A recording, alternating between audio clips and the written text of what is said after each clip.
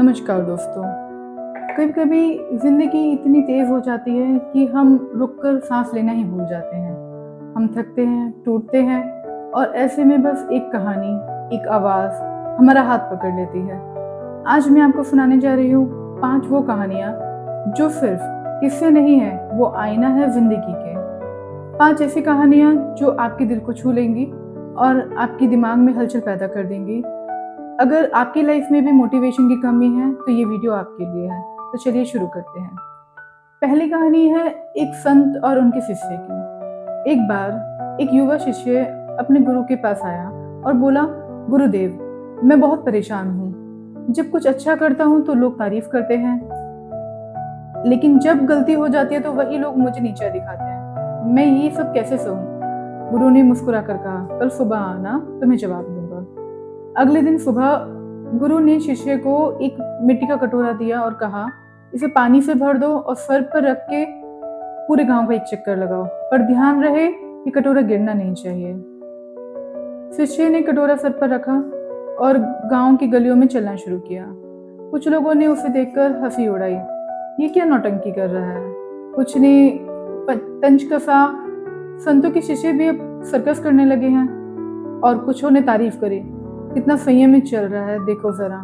लेकिन शिष्य का चेहरा शांत था, ना उसने किसी की हंसी पर ध्यान दिया, ना ही तारीफ पर। उसका पूरा ध्यान सिर्फ उस कटोरे पर था कि कहीं एक बूंद पानी भी गिर न जाए। जब वो गुरु के पास लौटकर आया तो गुरु ने मुस्कुराकर पूछा, बेटा, कितने लोगों ने तुम्हें कुछ कहा? शिष्य बोला, मुझे नहीं पता, मैंने किसी की तरफ देखा तक नहीं। मेरा पूरा ध्यान सिर्फ इस कटोरे पर था कि कहीं पानी न गिर जाए। गुरु बोले, बस यही जवाब है तुम्हारे सवाल का।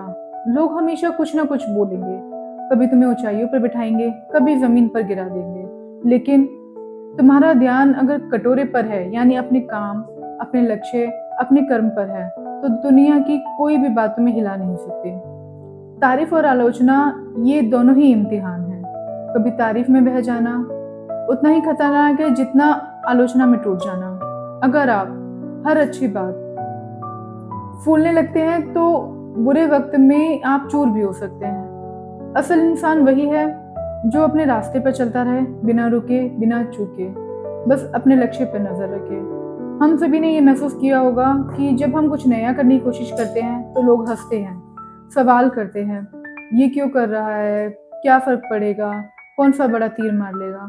लेकिन जब वही काम एक दिन मुकाम बनता है तो वही लोग पूछते हैं, कैसे किया। फर्क बस इतना है कि क्या आपने अपना कटोरा संभाले रखा, यानी अपने लक्ष्य पर नजर रखी। ये कहानी हमें सिर्फ एक संदेश नहीं देती, बल्कि जिंदगी का मंत्र देती है। लोग क्या कहेंगे से ऊपर उठो और खुद से पूछो, मुझे क्या करना है। अपने सपनों को संभालो जैसे वो पानी से भरा कटोरा हो। हर कदम सोच समझ कर रखो, तब देखना सफलता तुम्हारे पीछे पीछे दौड़ेगी। दूसरी कहानी है राजा और उसके मंत्री की। बहुत समय पहले की बात है। एक बड़ा ही समझदार और शांत स्वभाव का मंत्री था, जो हमेशा एक ही बात कहता था, जो भी होता है अच्छे के लिए होता है।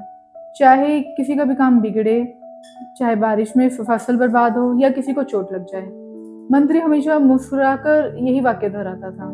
लोग उसका मजाक भी उड़ाते थे। हर बात वही बात, क्या दुख में भी अच्छा होता है।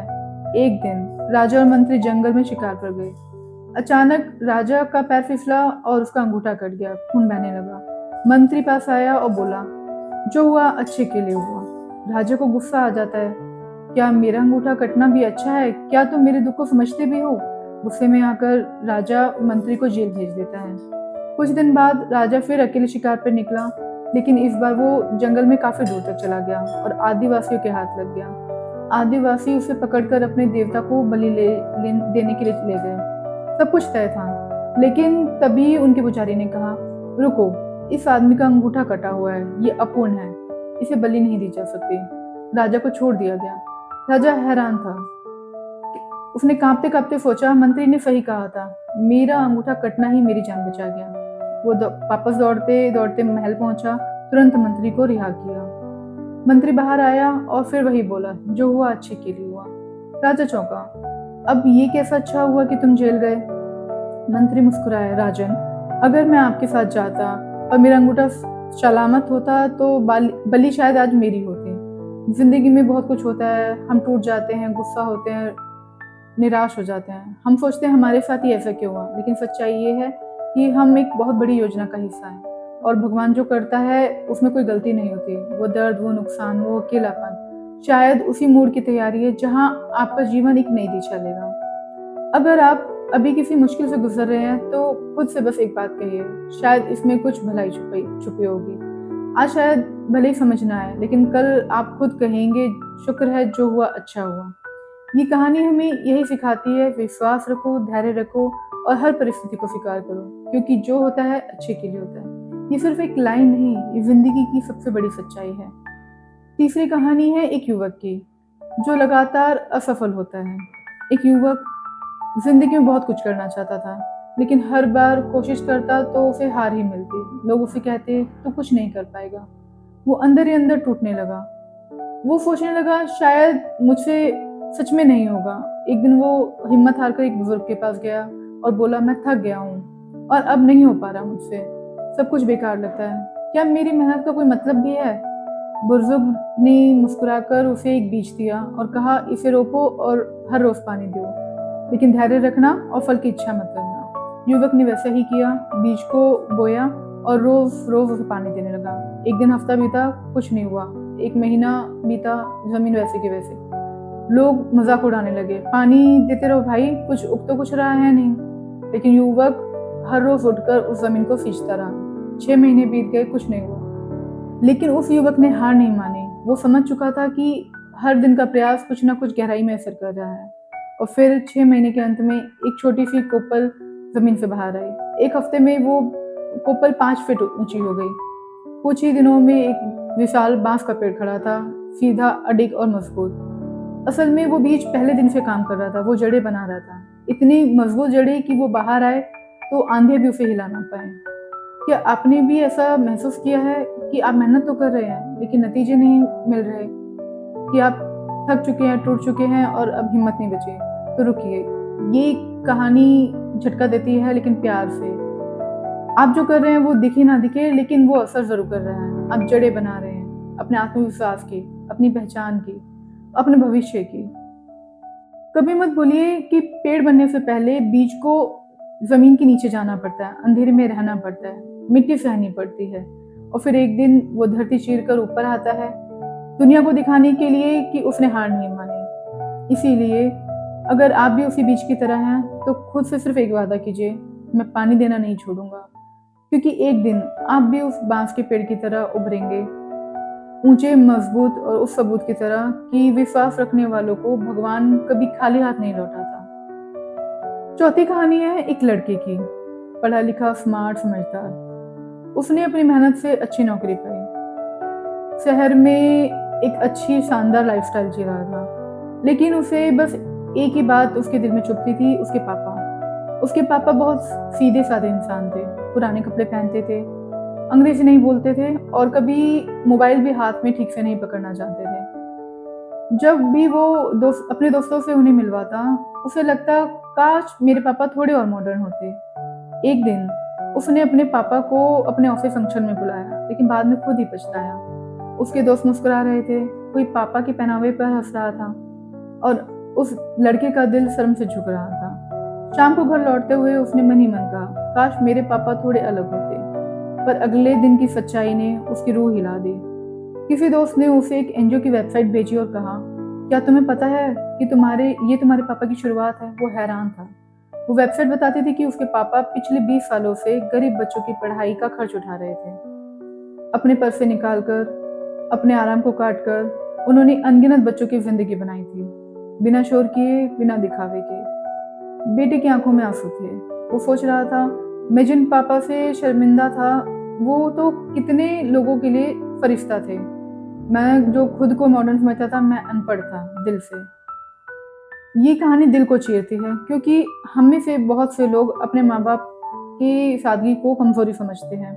उनके पुराने ख्याल, उनकी धीमी चाल, उनके सीधे जवाब हमें बचपन में खलते हैं और जवानी में शर्मिंदगी लगते हैं। लेकिन जब समझ आता है कि उन्होंने हमारे लिए क्या क्या सहा है, क्या क्या छोड़ा है, तब बहुत देर हो चुकी होती है। सोचिए, जब आप अपने सपनों के पीछे भाग रहे थे, तब कौन था जो अपना सपना रोककर आपके लिए जूते सिल रहा था? कौन था जो एक जोड़ी चप्पल 2 साल तक घिसता रहा ताकि आपके स्कूल को फीस मिलती रहे? कभी मत भूलिए, माँ-बाप आपकी पहली ताकत है। वो बिना कहे हर दुःख सहते हैं ताकि आप बिना डरे जी सकें। ये कहानी सिर्फ़ इमोशन नहीं है, ये एक आईना है, हर बेटा-बेटी को इसे सुनना चाहिए और एक बार चुपचाप जाकर अपने माँ-बाप का हाथ पकड़ना चाहिए। कहिए, शुक्रिया पापा, माफ़ करना माँ, क्योंकि जो कभी कहा नहीं गया, अब वो कहने का वक़्त आ गया है। 5वीं कहानी है एक ग्लास पानी की। एक दिन एक प्रोफ़ेसर अपनी क्लास में दाखिल हुआ। उनके हाथ में था एक साधारण सा ग्लास, जिसमें आधा पानी भरा हुआ था। सभी छात्रों ने सोचा, शायद वही पुराना सवाल होगा, ग्लास आधा भरा है या आधा खाली। लेकिन प्रोफ़ेसर मुस्कुराए और पूछा, इस गिलास का वज़न कितना है? छात्रों ने अनुमान लगाया, 100 ग्राम, 200 ग्राम। प्रोफ़ेसर बोले, असल में इसका वज़न मायने नहीं रखता। बात ये है कि मैं इसे कितनी देर तक पकड़ सकता हूँ। छात्रों ने कहा, समझाइए सर। प्रोफ़ेसर बोले, अगर मैं इसे 1 मिनट तक पकड़ूँ तो कुछ नहीं होगा। अगर 1 घंटे तक पकड़ूँ तो हाथ में दर्द होने लगेगा और अगर मैं इसे पूरे दिन थामे रखूँ तो हाथ मेरा सुन्न हो सकता है, शायद टूट भी जाए। सारे छात्र चुप थे। तभी उन्होंने कहा, हमारी ज़िंदगी की चिंताएँ, टेंशन और दर्द भी इसी ग्लास की तरह है। जितनी देर तक उन्हें पकड़े रहोगे, उतना ही भारी लगेंगे। सोचिए, हम कितनी बार पुराना दर्द, कोई फेलियर, किसी की कही बुरी बात दिल में सालों तक पकड़े रखते हैं। वो छोटी-सी बात कभी सिर्फ़ 1 मिनट का गुस्सा थी, आज हमारी नींद, हमारी सेहत, हमारी खुशी सब खा गई है। क्यों? क्योंकि हमने उस ग्लास को नीचे नहीं रखा। ये कहानी एक मीठी सी चुभन देती है, वो चुभन जो हमें हमारी ही सोच से जागने को कहती है। टेंशन कोई गुनाह नहीं है, लेकिन उसको पकड़ कर रखना अपने ही दिल पर बोझ डालने जैसा है। हर दिन जब हम उठते हैं, हमारे पास 2 रास्ते होते हैं, या तो पुराने ज़ख्मों को निहारते रहो या फिर मुस्कुरा कर कहो, आज फिर से नई शुरुआत करेंगे। आप इंसान हैं, मशीन नहीं। आपको दर्द होगा, तकलीफ होगी, वो बिल्कुल ठीक है, लेकिन आपको ये भी याद रखना है कि कब तक आप उस दर्द को पकड़े रहेंगे, क्योंकि जब तक आप उस ग्लास को नीचे नहीं रखेंगे, आप अगले दिन की चाय नहीं उठा पाएँगे। इसलिए आज इसी वक़्त अपने दिल पर हाथ रखिए, आँखें बंद कीजिए और जो भी टेंशन, शिकायत, डर आपने पकड़ रखा है, उसे धीरे से छोड़ दीजिए। कहिए, अब बहुत हुआ, अब मैं हल्का होना चाहता हूँ। क्योंकि ज़िंदगी चलती है, रुकती नहीं, और जो छोड़ना जानता है वही जी सकता है। ये पाँचों कहानियाँ, ये सिर्फ़ कहानियाँ नहीं, ये ज़िंदगी को समझने की नई नज़र है। तो दोस्तों, ये थी 5 सबसे प्रेरणादायक कहानियाँ। अगर इनसे आपको थोड़ी भी प्रेरणा मिली हो, तो इस वीडियो को लाइक ज़रूर करें, अपने दोस्तों के साथ शेयर करें और कमेंट में बताइए कि कौन-सी कहानी ने आपको सबसे ज़्यादा छुआ। चैनल को सब्सक्राइब करना मत भूलिएगा, क्योंकि मैं लाती रहूँगी ऐसे ही पॉजिटिव और पावरफुल वीडियोस जो आपकी लाइफ में नई रोशनी भरेगी। तब तक सीखते रहो, बढ़ते रहो। मिलते हैं अगले वीडियो में। Thank you.